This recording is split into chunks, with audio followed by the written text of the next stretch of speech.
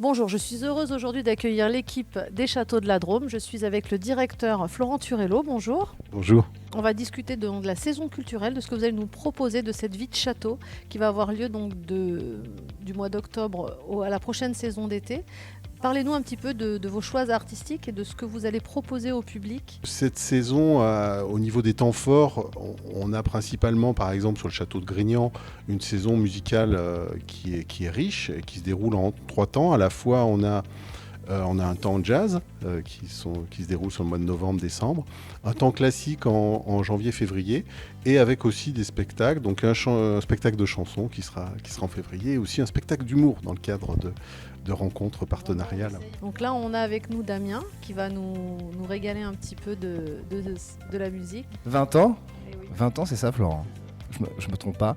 20 ans avec à chaque fois l'envie de programmer du jazz, j'allais dire accessible, non populaire, du jazz comment au final? Oui, en tout cas du jazz dans toute sa variété. Que ce soit du jazz des fois un peu plus classique, comme on peut imaginer le jazz, mais aussi du jazz qui rencontre les musiques du monde, du jazz amusant, du jazz festif, du jazz vivant. Et ça commence par Tagada Singh, pour ce qui est du jazz vivant, du jazz vocal. On pourrait même parler de comédien aussi, c'est un concert-spectacle. There's nothing I fear, and I know that my heart will go on and on. Il y a aussi Eka, emmené par Rémi Cambre, c'est son nom, c'est pas un verbe, faut le savoir, qui est un des, j'allais envie de dire un maître Jedi du violon de la scène jazz française. C'est assez peu commun pour le souligner, et qui du coup s'aventure à chaque fois dans des histoires folles musicales. Rémi Cambre par exemple s'est invité sur des plateaux techno en Europe avec son violon pour jouer du jazz.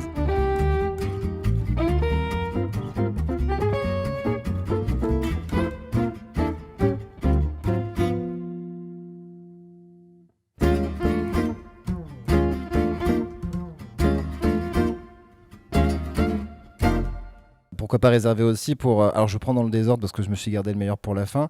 Et je vais très mal le dire, Ciné Egg. Signe Egg est une Danoise, une chanteuse danoise qui commence à avoir une renommée internationale importante, qui a mené de nombreuses tournées, qui a sorti plusieurs albums, qui a eu pas mal de prix aussi dans le milieu de jazz.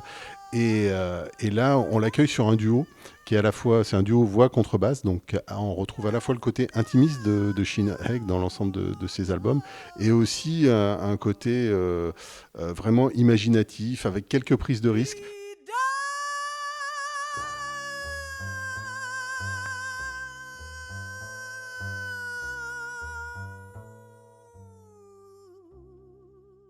Ça sera la même chose, version piano au final, avec Pierre-Yves Plat.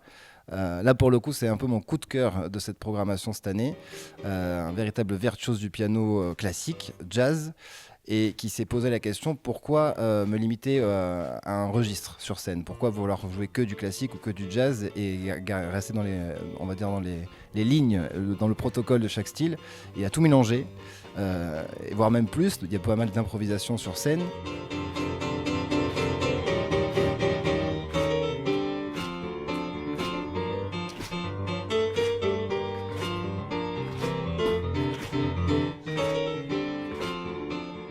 Pour cet anniversaire, pour ces 20 ans, comment vous avez décidé de cette ligne artistique au niveau du choix des artistes qu'on vient justement de donner? Qu'est-ce que vous avez envie de faire partager au public dans tous les choix qu'on vient de donner? Jouer au château de Grignan, c'est pas comme jouer ailleurs. Il se passe toujours quelque chose de particulier. On n'est pas dans un lieu de spectacle classique. Donc il y a un moment musical qui est intense et intimiste. Qui nous donne envie aussi de découvrir des artistes qu'on ne va pas connaître. Et chaleureux. Donc les artistes, on a un certain nombre d'artistes qui viennent et qui reviennent. Donc ça fait partie des amis. Et chaque année, on essaye de faire découvrir des coups de cœur. Alors en fonction des années, ça peut être des années qui vont être plus musicales, cette année plus festives, d'autres années vont être plus surprenantes. Voilà. Mais en tout cas, on essaye à chaque fois d'avoir un échange avec le public pour savoir un petit peu où ils ont envie d'aller sur la prochaine aventure. Merci beaucoup.